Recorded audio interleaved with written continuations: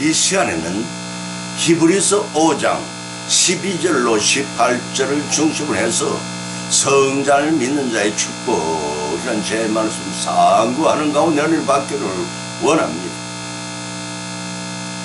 바늘 가는데 실 간다는 말이 있습니다. 바늘이 있어야 실이 재구실을 하고 실이 있어야 바늘이 재구실을 한다는 뜻입니다. 만일 바늘은 있지만 실이 없고 실이 있는데 바늘이 없다면 역시 재구실을 할 수 없는 것이 바늘과 실의 관계입니다. 이와 같이 성경과 예수님 관계도 그러합니다. 예수님이 없는 성경은 존재할 수가 없고 예수님을 증거할 때 성경은 그 가치를 찬연하게 필 바랍니다. 서구 채권담의 모든 길을 로마로 통한다고 하였습니다. 이 말은 어느 방향으로 출발해도 결국은 모든 길의 종착지가 로마임을 알게 될 것이라는 의미를 가지고 있습니다. 이와 같이 성경에는 수많은 진리들이 기록되어 있습니다. 이 거룩한 60여 권의 책은 어느 부분을 펼쳐들어도 그것은 틀림없이 우리 구주 예수 그리스도에게 인도할 것입니다. 현재는 인쇄술이 발달하여 원한다면 얼마든지 성경책을 구입할 수가 있는 시대가 되었습니다. 그런데 요즘 기독교 서점에는 수많은 주석책과 해석들을 곁들인 성경책들이 범람하고 있습니다. 이로 인하여 도움을 주기보다는 하나님 말씀을 주석가나 해석자의 사상이 오도하고 외교할 수 있는 소지를 남기고 있다고 하니 알 수가 없습니다. 어느 설교자가 다른 설교자에게 질문을 하였더랍니다. 혹시 이 구절을 어떻게 해석하십니까? 죄송합니다. 목사님, 저는 하나님 말씀 해석하지 않습니다. 단지 저는 깨달을 때까지 읽고 믿을 뿐이죠 라고 하였으면 그렇습니다. 성경은 하나님 말씀입니다. 하나님 말씀은 더욱 하나님의 의중을 확실하게 해석할 수는 없는 것입니다. 보혜사 성령께서 깨닫게 하시는 대로 순종해야 복을 받습니다.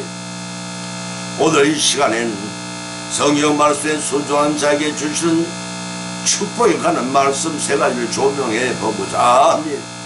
첫째는 성령이 정결해야 됩니다. 두 번째는 성령이 성장을 합니다. 영적 성장이 있습니다. 세 번째는 성령이 내주하신다고 했습니다.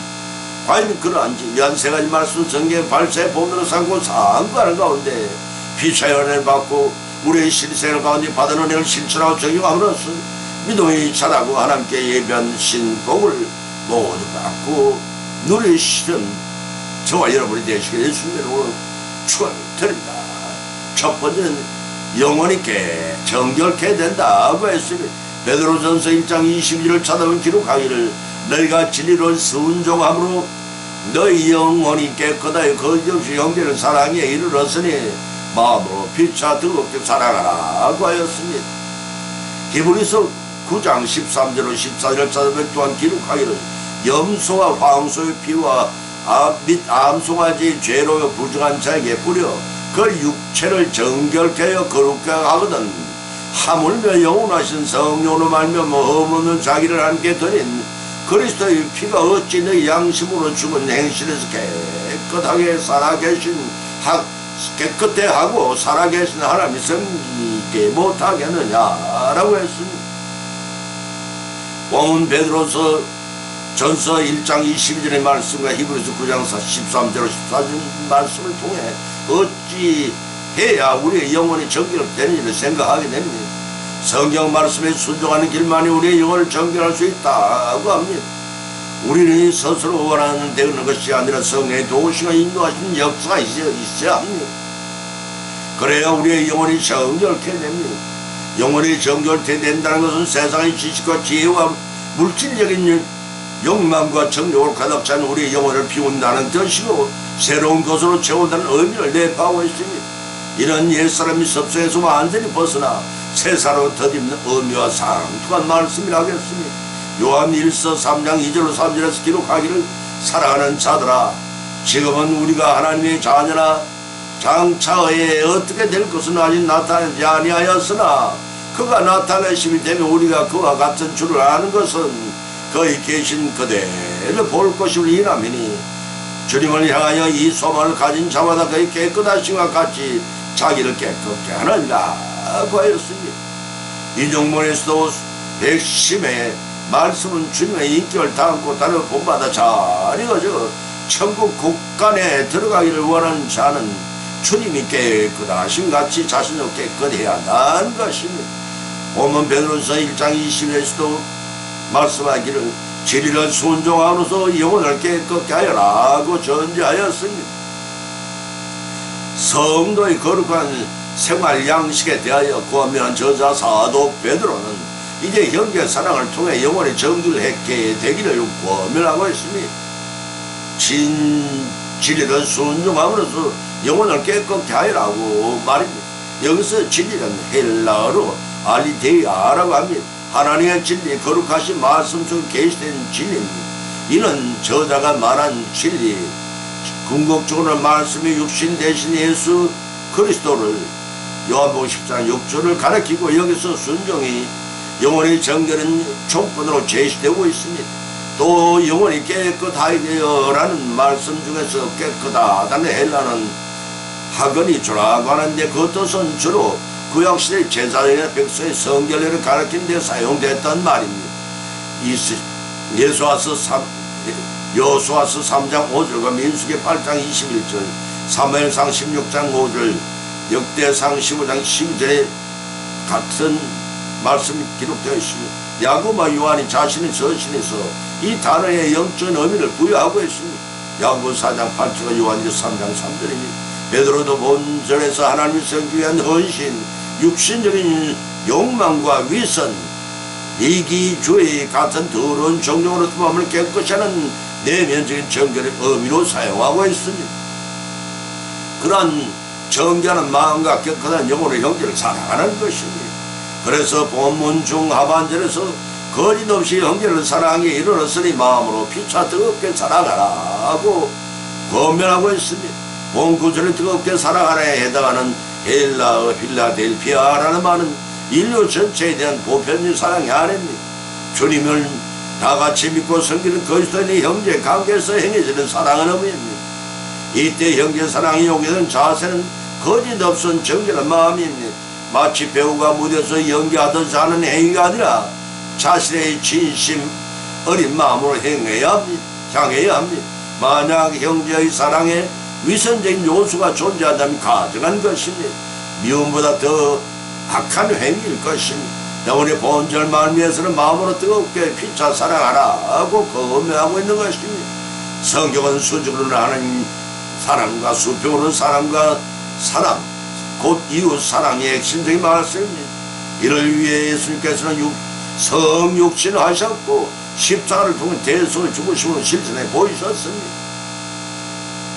그보다 더 영원히 정결될 수 없고 그보다 더 큰 사랑이 있을 수가 없습니다.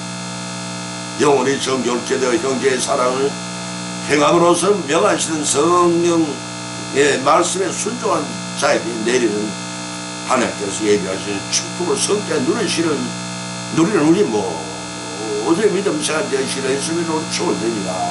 두 번째는 영적 성장이 있다고 했습니다.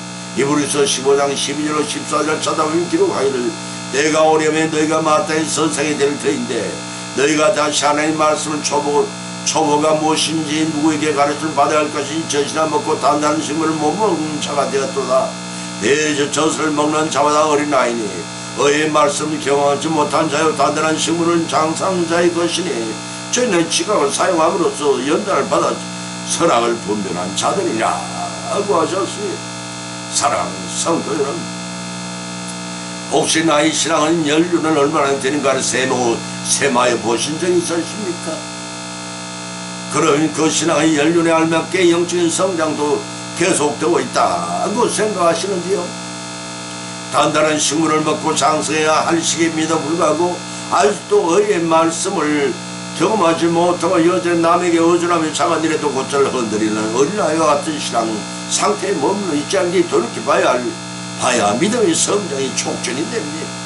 고린도서 12장 1절에서는 내가 어렸을 때 말한 것이 어린아이 같고 깨달은 것이 어린아이 같고 생각하는 것이 어린아이 같다가 장성한 사람 되어서 어린아이 일을 버려두라고 하였습니다.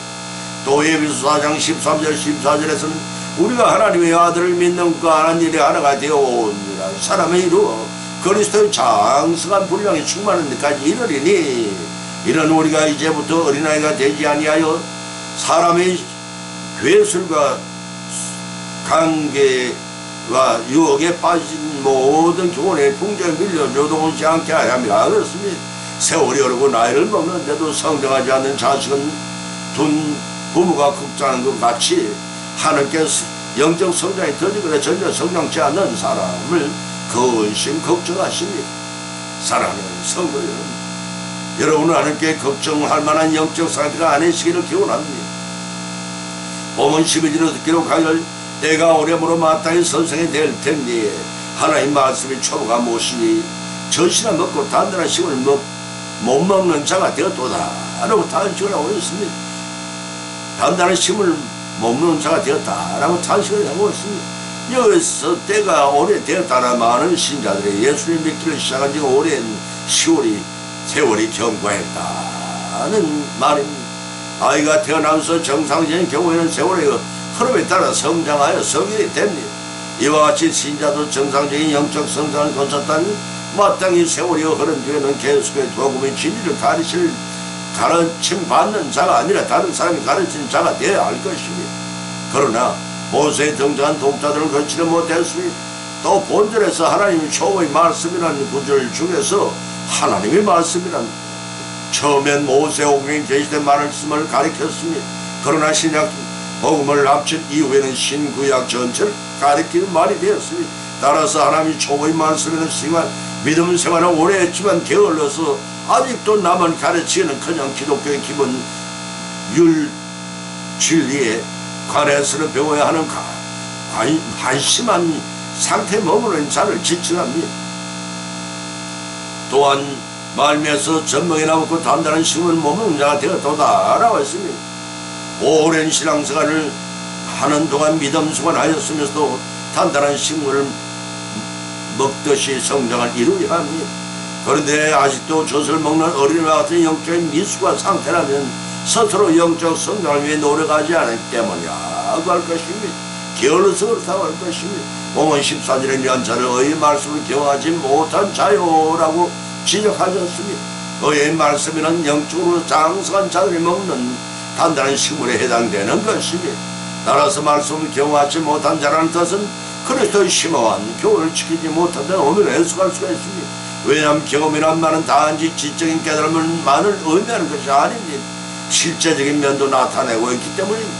따라서 말씀의 초보 단계에도 이루지 못한 자가 준비 심오한 교훈을 실천하지 못하는 것은 너무나 당연한 것이라 하겠습니다. 이에 반해 본문 14절에는 장성한 자 지각을 사용함으로 연단을 받아 선악을 분별한 자들이라고 하였습니다. 여기서 장성한 자란 헬라어 테리오스란 말입니다. 이 말은 성인 곧 어른을 의미하는 단어이지만 지덕체의 완전히 성숙된 사람이라고 고린도서 2장 6절과 3장 1절 13장 11절 에베소 4장 4절 빌립보 3장 15절에서 기록하고 있습니다. 그러나 본절에서는 영적으로 성숙하여 구원에 관한 진리를 깨닫고 확실한 바대로 생활을 하는 그리스도를 지칭합니다. 여기서 중요한 사실은 영적으로 완전한 존재자는 오직 하나님 한 분 외에는 없음을 아셔야 합니다. 마태복음 5장 48절 예수의 말씀에 따라서 지각을 사용함으로 연단을 받아 선악간에 분별한 자란 성도는 하나님의 말씀을 묵상하고 연구하며 하나님과 영적 교제를 나누는 중에 성령께서 깨닫게 해주시는 분별을 키워나가는 것을 의미합니다. 고린도전서 2장 10절 15절의 말씀입니다. 에베소 4장 13절의 말씀처럼 우리가 성령이 장중에 사로잡혀 그리스도의 장성한 분량이 이르기를 힘쓰는 까닭이 여기 있는 것입니다. 본문의 말씀처럼 우리 모두의 신앙이 좁은 단계에 머물지 말고 영적으로 단단한 식물을 먹는 단계의 영적으로 성장한 성도가 되십시다. 그래야 성경 말씀을 순종하는 자의 축복을 성취해 누리시는 우리 모두가 되시기를 예수님으로 축을 드립니다. 세 번째는 성령이 내주하신다고 했습니다. 요한일서 3장 24절 3절로 24절을 찾아보면 기록하기를 그의 계명은 이것이니 곧 그 아들 예수 그리스도의 이름을 믿고 그 가운데 우리에게 주신 계명대로 살아갈 것이니라. 그의 계명을 지키는 자는 주 안에서 거하고 주는 저 안에 거하시나니 우리에게 주신 성령으로 말미암아 그가 우리 안에 거하시는 줄을 우리가 아느니라 하고 하였습니다. 성령님이 내주하신다는 것은 내 심령 속의 왕으로 오셔서 내 마음을 완전히 소유하신 상태를 말합니다. 왜 성령께서 우리 심령 속에 내주하셔야 하는가 아닙니다. 최신식 현대 장비가 잘 갖춘 공장을 상상해 보십시다. 방문객이 공장에 들어가서 멋진 기계들을 보고 칭찬하면서 공장이 왜 가동되지 않는지 의문을 가졌습니다. 그래서는 기계의 기능을 제어하고 생각하고 그렇게 했습니다. 하지만 공장의 기계에 어느 것이 하나도 꼼짝하지 않습니다. 잠시 후 두번째 방문객이 공장에 들어와서 훌륭한 공장 시설을 칭찬하면서도 공장이 가동되지 않으며 의아를 했습니다. 그런 벽에 휘장도 달고 그림도 그려야지 하고 생각하고 그렇게 했습니다. 분위기가 훨씬 좋아 보였습니다. 하지만 역시 아무 기계도 작동되지 않았습니다. 길을 이어 들어온 방문객마저도 저마다 차례대로 생각한 바를 시도를 봤습니다. 스테인드 글라스를 껴보기도 하고 오른간을 들놓기도 하였지만 아무것도 하나도 작동되지 않았습니다. 모든 새 기계가 고철 덩어리와 같았습니다. 맨 마지막의 방문객이 의아해서 물었습니다. 여보시오들 왜 전원 스위치를 올리지 않았나요? 그러자 만능 선반의 스위치가 켜지는 순간 기계가 돌아가기 시작했습니다. 곧이어 모든 재료는 정연되고 가공의 멋진 상품을 만들어내기 시작해서 그렇습니다. 기계의 전원이 공급되어 공장이 가동되듯이 우리의 각자의 심령에 성령이라는 전원이 들어가야 비로소 우리의 삶이 성공적으로 영위될 수가 있는 것입니다. 그렇다면 어찌 성령이 이라는 전원이 우리에게 공급될 수 있느냐 하는 것입니다. 보면은 그 계명을 지키는 게 작겠습니다. 보면 23절 서두에 그의 계명은 이것이냐고 하였습니다. 하나님의 계명은 두 가지로 요약될 수가 있는데 그 하나는 예수 그리스도를 구주로 믿는 믿음이 다른 하나는 그 믿음 안에 서로 사랑하는 것입니다. 에베소 1장 15절의 말씀이 본절에서 기록하기를 그 아들 예수 그리스도의 이름을 믿고 사랑할 것이다 하고 밝혀있습니다. 여기서 그는 성부 하나님을 아들은 예수 그리스도를 지칭을 합니다. 또한 이름을 믿는다는 것은 예수님이 구세주 그리스도이시며 하나님의 아들이심을 믿는다는 것을 말합니다. 계명은 원래 모세가 시내산에서 하나님부터 받는 율법을 지칭하는 것이지만 모세 저자 요한이 사랑을 계명이라고 했습니다.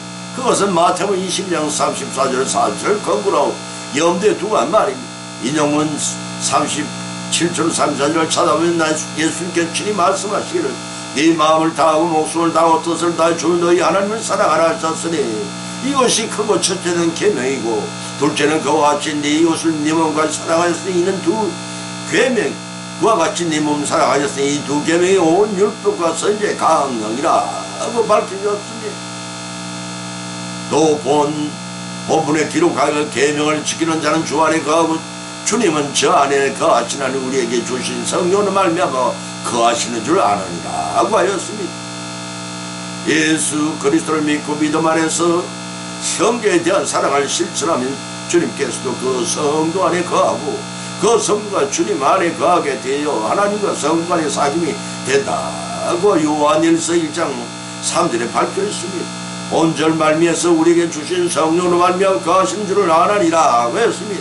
이 의미는 하나님과 성도 간에 매우 친절한 영적 교제 요한일서 1장 3절의 말씀을 말합니다. 성령은 한번 주어짐으로 성도를 인치고 또한 영원히 함께하사 성도와 교제하심으로 성도의 심령 속에 내주하게 되는 것입니다. 이와 같이 성령 말씀에 순종하는 복은 성령께 내주하심으로 동행동사하시어 범사에 형통케 하시는 성 역사가 주어집니다. 이 축복을 성자에 누르시는 모든 모두의 믿음으로 성인자는 성안에 대시기를 예수님의 이름으로 축원드립니다. 결론을 맺습니다. 오늘의 본 말씀은 상고하는 가운데 피차 믿음대로 은혜를 받고 세 가지 교훈을 받은 줄 압니다. 그 첫 번째는 성경 말씀에 순종하는 축복은 영원히 정결케 된다는 것입니다. 두 번째는 성경 말씀에 순종한 자의 축복은 영적 성장이 있다는 것입니다. 세 번째 성경 말씀에 순종하는 자의 축복은 성령께서 내주에 동행한 복을 받는다는 것입니다. 이러한 교훈의 말씀을 받은 것으로 걷지 말고 우리 실상을 가운데 받은 말씀을 실천하고 적용함으로써 믿음의 성수가 되고 예비하신 복을 받으신 우리 모두의 성령 안에 믿음의 여생이 되시기를 예수님의 이름으로 간절히 축원을 드립니다. 찬송가 368장을 올리겠습니다.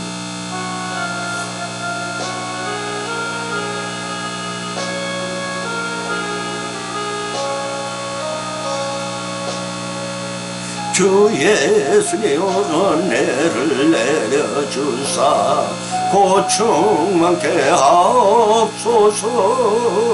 잊으리고 목마른 나의 맘에 주님 성령을 부어소서. 주 예수님 충만한 은혜 내 영혼에 부어소서. 주님 예수님만 나의 힘돼 내 만족함 됩니다. 주 예수님 죄에서 풀어주사 날 정결케 하옵소서.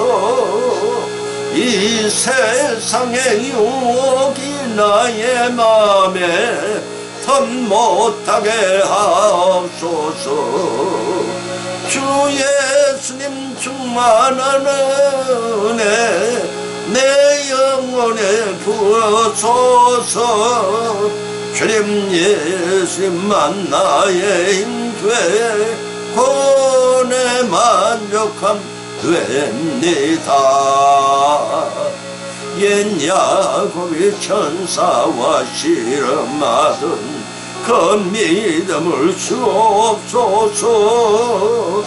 이 세상의 물결이 흉흉해도 날 평안케 하옵소서.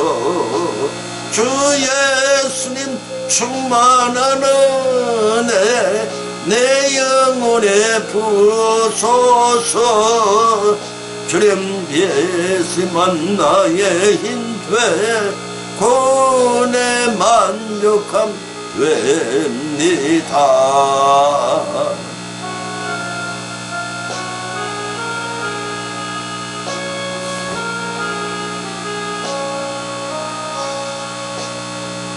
주님 예수님 완전한 주님 사랑 나 받기를 원합니다. 그 사랑이 내 맘에 충만하여 날 기쁘게 하옵소서. 주님 예수님 충만한 은혜 내 영혼에 부어소서. 주 예수님만 나의 힘 되고 내 만족함 됩니다. 내 맘에 임하신 주님 성령 늘 계심을 믿습니다.